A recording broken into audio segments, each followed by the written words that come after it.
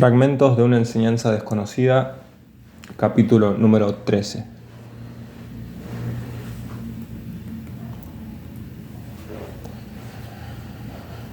El mes de agosto de 1916 dejó en todos los miembros de nuestros grupos el recuerdo de una intensidad muy grande en nuestro trabajo interior.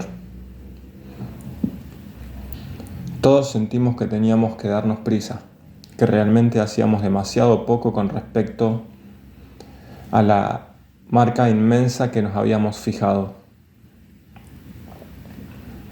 Comprendimos que nuestra oportunidad de aprender más de ella podía desaparecer tan súbitamente como había aparecido, y nos esforzamos en aumentar la presión del trabajo en nosotros mismos y en hacer todo lo que nos era posible, mientras nos favoreciesen las condiciones. Apoyándome en cierta experiencia en esta dirección que había tenido antes, comencé a ejercitarme muy seriamente. Llevé a cabo una serie de ayunos de corta duración, pero muy intensos.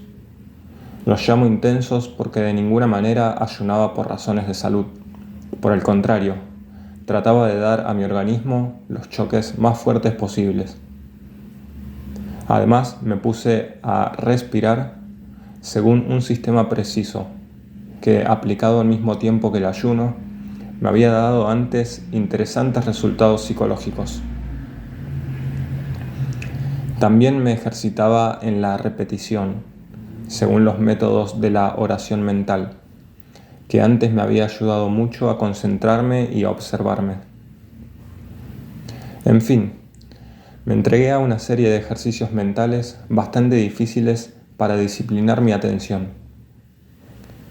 No voy a describir estos ejercicios.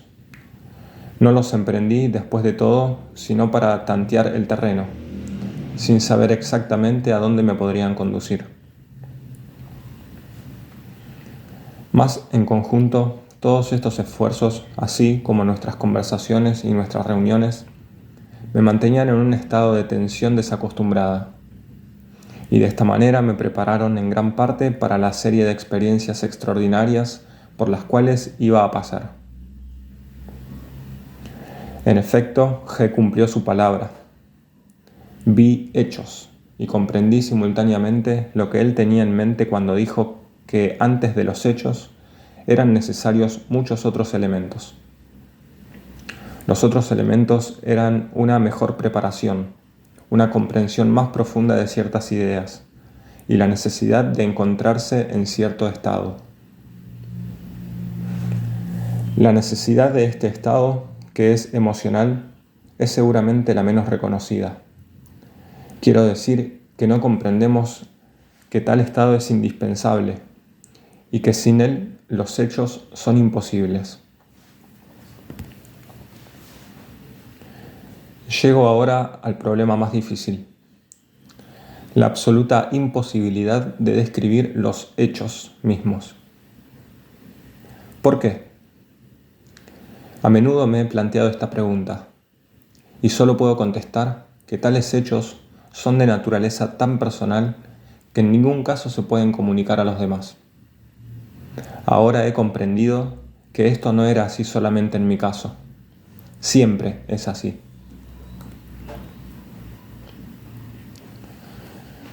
Recuerdo que siempre me habían indignado afirmaciones de esta clase cuando las había leído en las memorias o relatos de las personas que habían pasado por extraordinarias experiencias y luego rehusaban describirlas. Habían buscado lo milagroso y bajo una forma u otra creían haberlo encontrado. Entonces invariablemente decían: lo he encontrado, pero no puedo describir lo que he encontrado. Esto siempre me había parecido artificial y falso.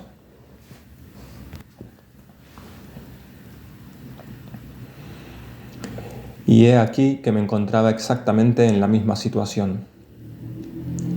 Había encontrado lo que buscaba. Había visto y observado hechos que trascendían completamente la esfera de lo que consideramos posible o admisible, y no podía decir nada de ello. Lo esencial en estas experiencias era su contenido interior, y el nuevo conocimiento que comunicaban. Pero no se podía describir su aspecto exterior mismo, sino muy aproximadamente. Como ya he dicho, después de todos mis ayunos y mis otros experimentos, me encontraba en cierto estado de excitación y de nerviosidad bastante vivo, y físicamente menos firme que de costumbre. En este estado llegué a la casa de campo que tenía en Finlandia uno de nuestros amigos, E.N.M., en cuya casa de San Petersburgo solíamos reunirnos.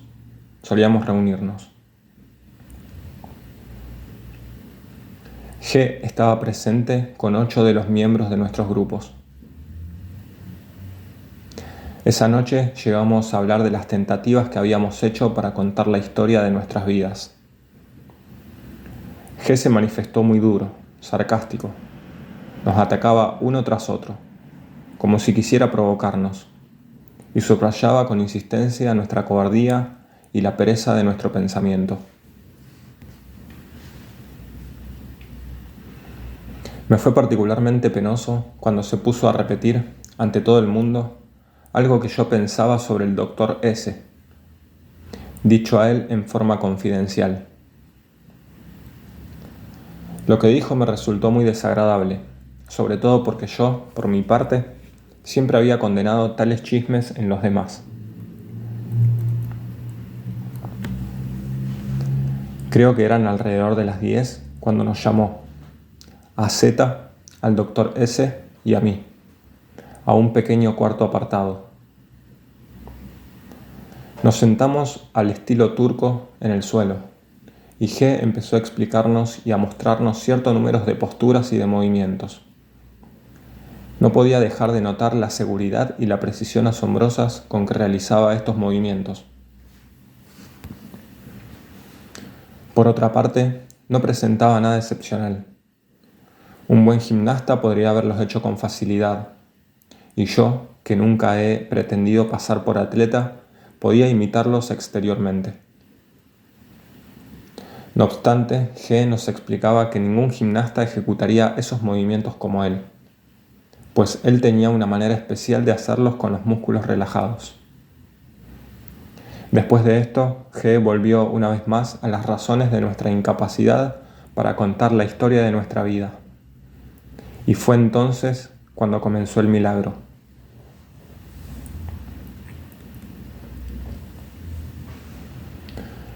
Puedo decir con absoluta certeza que G no se valió de ningún procedimiento exterior, es decir, que no me dio ningún narcótico y no me hipnotizó por ninguno de los métodos conocidos. Todo se desencadenó desde el momento en que comencé a oír sus pensamientos. Estábamos sentados en ese cuartito, con piso sin alfombra como los hay en ciertas casas de campo. Yo estaba sentado frente a G, con el Dr. S. y Z a mis costados. G hablaba de nuestros rasgos y de nuestra incapacidad de ver o de decir la verdad. Lo que decía me inquietaba mucho, y de repente noté que entre las palabras que pronunciaba para nosotros tres, había ciertos pensamientos dirigidos a mí. Capté uno de estos pensamientos y respondí en voz alta. G me hizo una señal con la cabeza y se calló. Hubo un rato bastante largo de silencio. G continuaba callado. En el silencio, súbitamente, oí su voz dentro de mí, como si estuviera dentro de mi pecho, cerca del corazón. Me hacía una pregunta precisa. Mis ojos se posaron sobre él. Se mantenía inmóvil y sonreía. Su pregunta me había conmovido fuertemente. Sin embargo, le contesté con una afirmación. ¿Por qué dice él eso?, preguntó G, mirando alternativamente a Z y al Dr. S. ¿Le he preguntado algo? Enseguida me planteó otra pregunta, aún más apremiante, en la misma forma, y le respondí por segunda vez en voz alta. Z y S estaban visiblemente asombrados, especialmente Z. Esta conversación, si se puede llamar conversación, continuó de esta manera por lo menos durante una media hora. G me planteaba preguntas silenciosas y yo le contestaba en voz alta. Estaba muy agitado por lo que decía, por las preguntas que me planteaba, y que no puedo transmitir aquí. Se trataba de ciertas condiciones que yo debería aceptar, o de lo contrario tendría que abandonar el trabajo. G me dio un mes de plazo. Rehusé ese plazo y le dije que estaba listo para hacer de inmediato todo lo que me pidiese, por difícil que fuera. Mas él insistió en el plazo de un mes. Al fin se levantó y salimos a la terraza. Al otro lado de la casa había otra terraza más grande, donde se encontraban reunidos nuestros amigos. Lo que sucedió luego llegó a ser lo más importante. Sin embargo, no podré hablar de ello sino muy poco. G conversaba con Z y S. De repente, dijo algo de mí que no pude soportar. Salté de la silla y fui al jardín. Luego entré en el bosque. Caminé durante largo tiempo en la oscuridad, completamente dominado por pensamientos y sentimientos extraordinarios. A veces me parecía haber hallado algo, en otros momentos lo había perdido de nuevo. Así fue durante 1 o 2 horas. Finalmente, cuando mis contradicciones y mis torbellinos interiores llegaron al colmo, me cruzó por la mente un pensamiento como un relámpago, aportándome una comprensión justa de todo lo que G me había dicho y de mi propia posición. Vi que G tenía razón. Todo lo que yo consideraba en mí como sólido y digno de confianza, en realidad no existía. Pero había hallado algo diferente. Sabía que G no me creería y que se reiría en mi cara si se lo dijese. Sin embargo, para mí esto era indudable, y lo que sucedió después me mostró que no me había equivocado.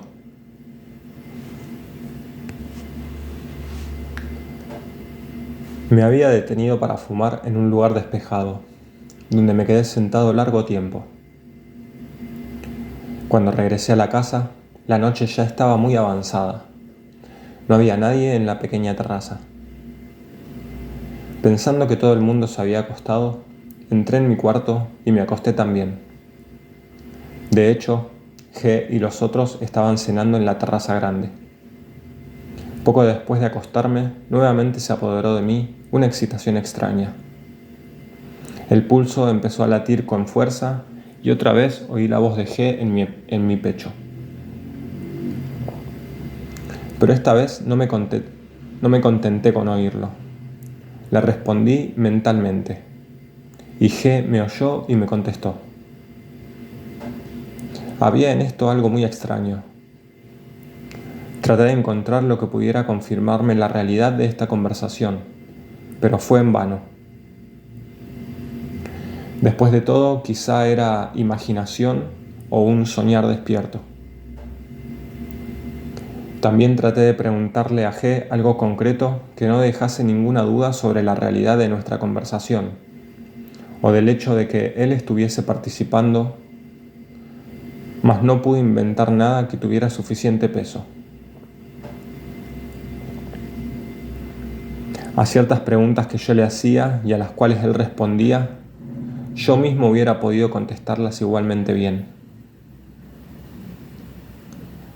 Aún tenía la impresión de que él evitaba las respuestas concretas que podrían servir más tarde de pruebas, y que a 1 o 2 de mis preguntas intencionalmente no daba sino respuestas vagas. Pero para mí el sentimiento de que esta era una conversación era muy fuerte y completamente nueva e incomparable.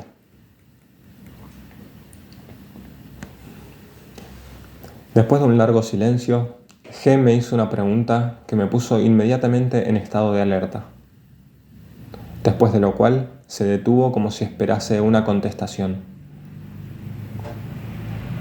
Lo que me había dicho había detenido de golpe todos mis pensamientos y todos mis sentimientos. No tenía miedo, al menos no se trataba de un miedo consciente, como cuando uno sabe que está asustado, pero temblaban todos mis miembros y estaba literalmente paralizado, a tal punto que no podía articular ni una sola palabra, aunque hice terribles esfuerzos por dar una respuesta afirmativa. Sentí que G esperaba, y que no esperaría mucho tiempo. Bueno, usted está fatigado ahora, me dijo al fin. Quedémonos en esto hasta la próxima vez. Comencé a decir algo. Creo que le pedí que esperara todavía, que me diera un poco más de tiempo para acostumbrarme a este pensamiento. En otra ocasión, dijo su voz, duerma. Y la voz se cayó. No pude dormirme por largo tiempo. Por la mañana, cuando salí a la pequeña terraza donde nos habíamos reunido la noche anterior, G estaba sentado en el jardín. A unos 20 metros de allí, cerca de una mesita redonda, 3 de nuestros amigos estaban con él. Cuando me acerqué a ellos, G dijo: «Pregúntele lo que sucedió anoche». Por alguna razón, esto me irritó. Di media vuelta y me dirigí hacia la terraza. En el momento de alcanzarla, oí de nuevo la voz de G en mi pecho. ¡Alto! Me detuve y me volví hacia él. Se sonreía. «¿Para dónde va? Venga a sentarse acá», dijo en su voz ordinaria. Me senté a su lado, pero no podía hablar, y no tenía el menor deseo de hacerlo. Al mismo tiempo, sentía una lucidez mental extraordinaria, y decidí tratar de concentrarme sobre ciertos problemas que me parecían especialmente difíciles. Me vino la idea de que en este estado no habitual podía tal vez hallar respuestas a los problemas que no sabía resolver por los métodos usuales. Me puse a pensar en la primera tríada del rayo de creación, en las 3 fuerzas que constituyen una sola fuerza. ¿Cuál era su sentido? ¿Era definible? ¿Podíamos comprender este sentido? Una respuesta comenzaba a esbozarse en mi cabeza, pero en el mismo instante en que traté de expresarla en palabras, todo desapareció. Voluntad, conciencia, pero ¿cuál era el tercer término?, me preguntaba. Me parecía que si lo pudiera nombrar, comprendería inmediatamente todo el resto.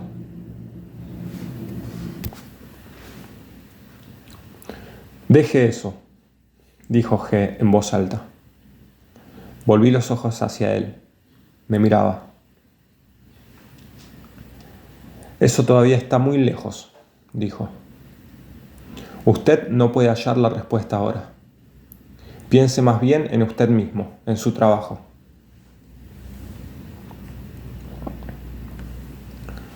Los que estaban sentados a nuestro lado nos miraban perplejos. G había respondido a mis pensamientos.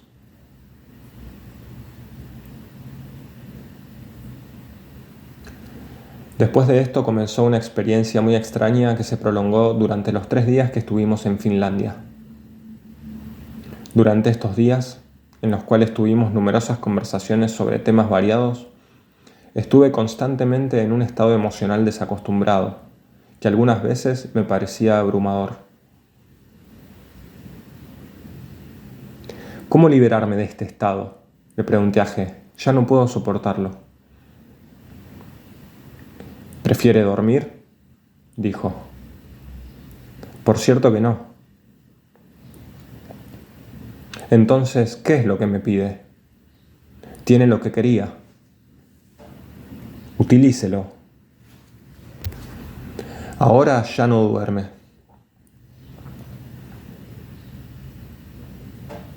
No creo que esto fuera absolutamente cierto. Sin duda alguna, en ciertos momentos dormía. Muchas palabras que pronunció entonces han debido sorprender a los que eran mis compañeros en esta extraña aventura. Yo mismo estaba sorprendido por 1000 cosas que notaba en mí. Ciertas de ellas se parecían al sueño, otras no tenían ninguna relación con la realidad. Seguramente inventé muchas de ellas. Más tarde experimenté una verdadera sorpresa al recordar todo lo que yo había hecho y dicho. Finalmente regresamos a San Petersburgo. G tenía que partir para Moscú y fuimos directamente de la estación de Finlandia a la estación Nikolaevsky. Muchos de nosotros habíamos venido al andén para despedirnos de él. Él partió, pero yo estaba lejos de haber terminado con lo milagroso. Esa noche hubo otros fenómenos nuevos y no menos insólitos. Conversé con G al mismo tiempo que lo veía en el compartimiento del tren que lo llevaba a Moscú. Repetidas veces durante el periodo extraordinario que siguió y que duró unas 3 semanas, vi a los dormidos. Pero sobre esto tengo que dar algunas explicaciones.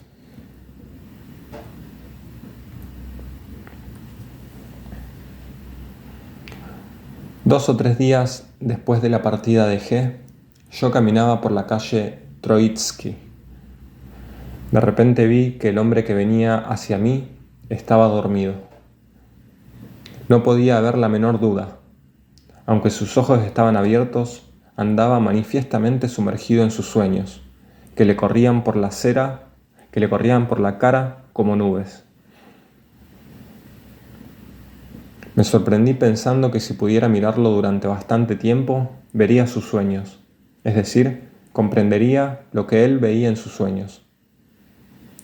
Mas el hombre pasó. Después vino otro, igualmente dormido. Un cochero dormido pasó con 2 clientes dormidos, y de repente me vi en la situación del príncipe de la Bella Durmiente. Todo el mundo a mi alrededor estaba dormido. Era una sensación precisa que no dejaba lugar a duda alguna. Entonces comprendí que podemos ver con nuestros ojos, todo un mundo que no vemos habitualmente. Esas sensaciones duraban varios minutos. Al día siguiente se repitieron, muy débilmente. Pero luego hice el descubrimiento de que al tratar de recordarme a mí mismo, podía intensificarlas y prolongarlas por tanto tiempo como tuviera energía para no permitir que lo que me rodeaba acaparase mi atención. En el momento en que ésta se dejaba distraer, cesaba de ver a los dormidos, porque evidentemente yo mismo me había hundido en el sueño. No hablé de estas experiencias sino a un pequeño número de nuestros amigos. 2 de ellos experimentaban sensaciones análogas cuando trataban de recordarse a sí mismos. Luego todo volvió a lo normal. No llegué a darme cuenta de lo que había pasado. Todo se había revuelto en mí, y es evidente que en todo lo que dije o pensé durante esas 3 semanas había una gran dosis de fantasía.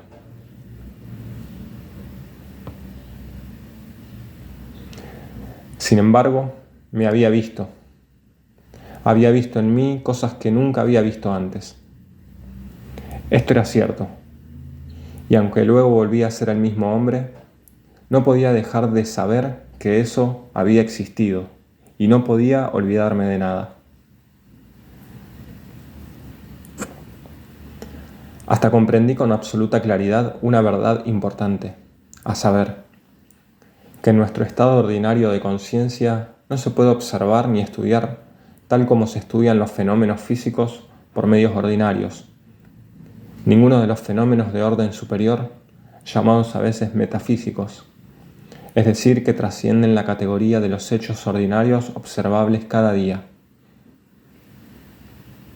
Es un absurdo completo pensar que se pueden estudiar fenómenos tales como telepatía, clarividencia, previsión del futuro, fenómenos de medium, etc., de la misma manera que se estudian la electricidad, los fenómenos meteorológicos o químicos. En los fenómenos de orden superior, hay algo que requiere un estado emocional particular para observarlos y estudiarlos. Esto excluye toda posibilidad de experimentos o de observaciones científicamente conducidos. Ya había llegado a las mismas conclusiones después de los experimentos que describí en el nuevo modelo del universo, en el capítulo Misticismo experimental. Pero ahora comprendía por qué esto era una absoluta imposibilidad. La segunda conclusión interesante a que llegué es mucho más difícil de formular. Se trata de cierto viraje en mis maneras de ver y de definirme a mí mismo, mis metas, mis deseos y mis aspiraciones. En ese momento estaba lejos de poder apreciar toda su importancia. Pero más tarde reconocí claramente que databan de esa época los cambios precisos que intervinieron en mis ideas sobre mí mismo, sobre los que me rodeaban y más aún sobre los que me contentaré con llamar, sin mayor precisión, los métodos de acción. Describir esos cambios me parece casi imposible. Solamente diré que no tenían ninguna relación con todo lo que había sido dicho en Finlandia, sino que venían directamente de las emociones que había experimentado allí.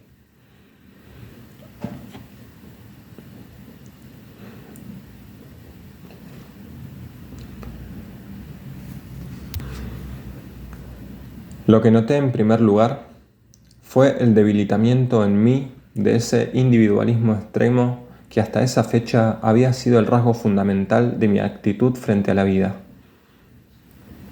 Comencé a acercarme a las personas y a sentir más lo que tenía en común con ellas.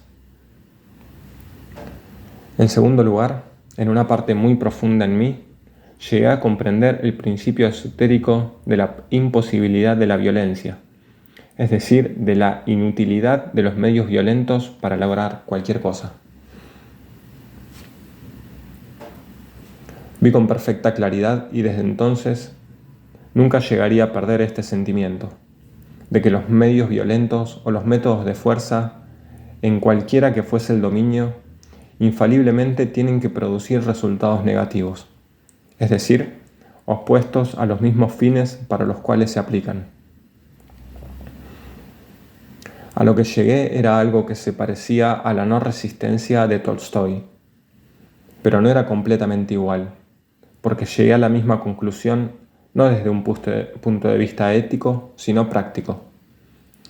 No llegué desde el punto de vista del bien o del mal, sino desde el punto de vista de lo que es más beneficioso o más eficaz.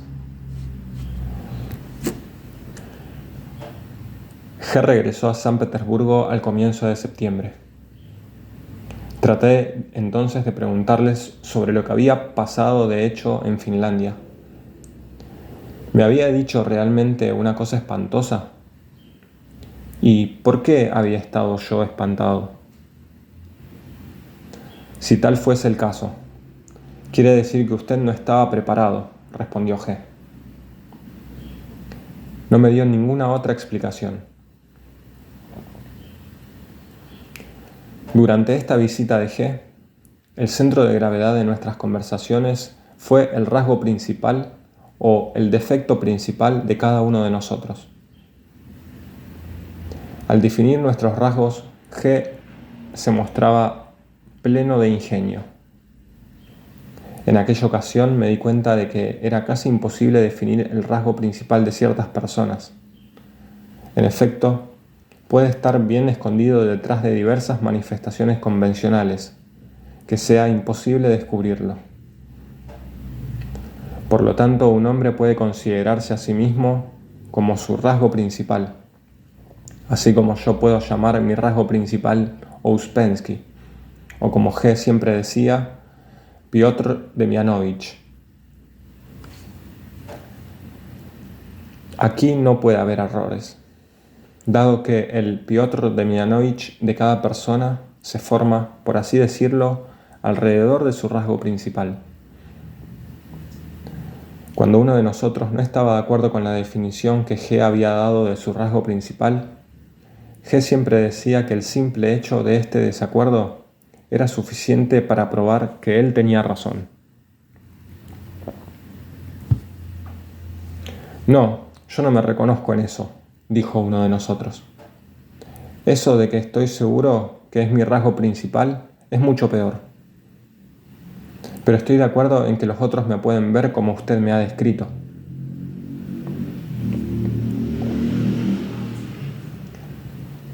Usted no sabe nada acerca de sí mismo, le dijo G. Si se conociera mejor, no tendría ese rasgo. Por cierto, la gente lo ve como le he dicho. Pero usted no se ve como ellos lo ven. Si acepta lo que he señalado como su rasgo principal, comprenderá cómo lo ve la gente. Y si encuentra un medio para luchar contra ese rasgo y destruirlo, es decir, destruir su manifestación involuntaria, G acentuó estas palabras, ya no produciría en la gente la impresión habitual, sino la que usted quisiera.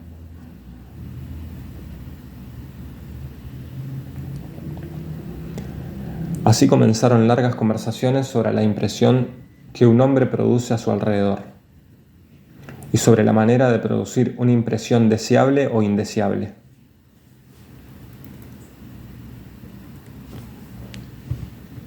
Las personas con quienes vivimos siempre ven nuestro rasgo principal, por escondido que pueda estar. Naturalmente, no siempre lo pueden expresar, pero a menudo sus definiciones son muy buenas o muy aproximadas. Vean los apodos. A veces definen muy bien el rasgo principal. Las conversaciones sobre la impresión que producimos nos llevaron una vez más a la cuestión de la consideración exterior.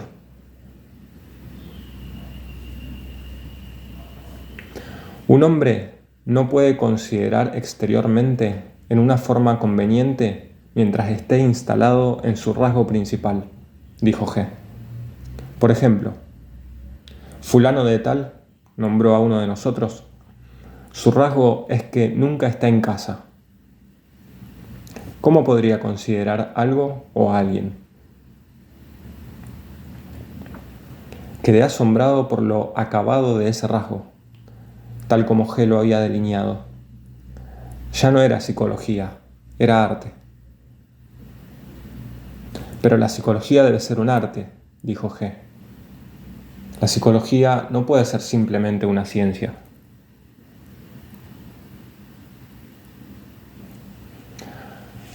A otro le dijo que su rasgo era que no existía en absoluto. Usted comprende, dijo G, yo no lo veo. Esto no quiere decir que usted sea siempre así, pero cuando está como ahora, no existe en absoluto. A un tercero le indicó que su rasgo principal era una tendencia a discutir siempre, con todo el mundo, acerca de todo. Pero si yo nunca discuto, replicó este acaloradamente. Nadie pudo contener la risa.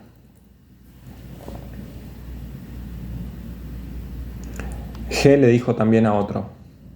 Se trataba ahora del hombre de edad madura con quien había hecho el experimento de separar la personalidad de la esencia y que había pedido la mermelada de frambuesa, que su rasgo principal era no tener ninguna conciencia moral. Y al día siguiente vino este hombre a decirnos que había ido a la biblioteca pública para buscar en los diccionarios enciclopédicos de 4 idiomas el sentido de las palabras conciencia moral. Con un simple gesto de la mano, G lo hizo callar. En cuanto al segundo sujeto del experimento, G le dijo que no tenía pudor. Y de inmediato nuestro hombre soltó a su costa un chiste pícaro, bastante gracioso. Durante su estadía, G tuvo que quedarse en casa. Había cogido un fuerte resfriado y nosotros nos reuníamos en pequeños grupos en su casa, en la Liteini, cerca de la Nevsky. Un día dijo que no tenía ningún sentido el continuar así y que debíamos por fin decidirnos. ¿Queríamos seguir con él? ¿Queríamos trabajar? O bien, ¿no sería preferible para nosotros, ya que una actitud seria solo a medias no podía dar ningún resultado, el abandonar toda tentativa en esa dirección? Añadió que seguiría el trabajo solamente con aquellos que tomasen la firme decisión de luchar contra su mecanicidad y su sueño. Ya saben ahora que no se les pide nada terrible, dijo, pero no tiene ningún sentido el permanecer sentado entre 2 sillas. Si alguno de ustedes no quiere despertar, pues bien, dejémoslos dormir. Expresó el deseo de hablarnos por turno. Cada uno de nosotros separadamente tendría que demostrarle con argumentos suficientes por qué él, G, debería tomarse el trabajo de ayudarnos. Sin duda, ustedes creen que esto me proporciona gran satisfacción, dijo. O quizás me consideren incapaz de hacer otra cosa. Si esto es así, se equivocan gravemente en ambos casos. Realmente hay tantas cosas que yo podría hacer. Y si dedico mi tiempo a esto, es solo porque tengo una meta precisa.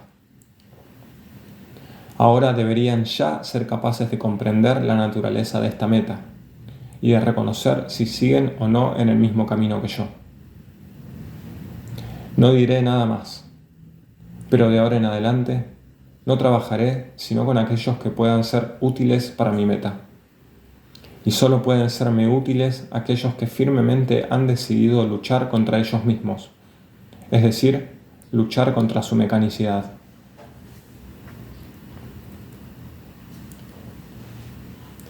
Dichas estas palabras, calló. Las conversaciones de G con cada uno de los miembros de nuestro grupo duraron alrededor de una semana. Con algunos habló largo tiempo, con otros mucho menos. Finalmente, casi todo el mundo se quedó. El hombre de edad madura, P, de quien hablé con referencia al experimento, se libró de la situación con honor y rápidamente llegó a ser un miembro muy activo de nuestro grupo, desviándose solo ocasionalmente en una actitud formalista y una comprensión literal. Solo 2 de nosotros cayeron. De repente, como por arte de magia, habían dejado de comprenderlo todo y empezaron a ver en todo lo que decía G una falta de comprensión y de parte de los otros miembros de nuestro grupo una falta de simpatía y de sentimiento. Nos asombró mucho esta actitud que habían tomado con respecto a nosotros. No se sabe por qué, al principio desconfiada, sospechosa, luego abiertamente hostil, llena de acusaciones extrañas y totalmente inesperadas.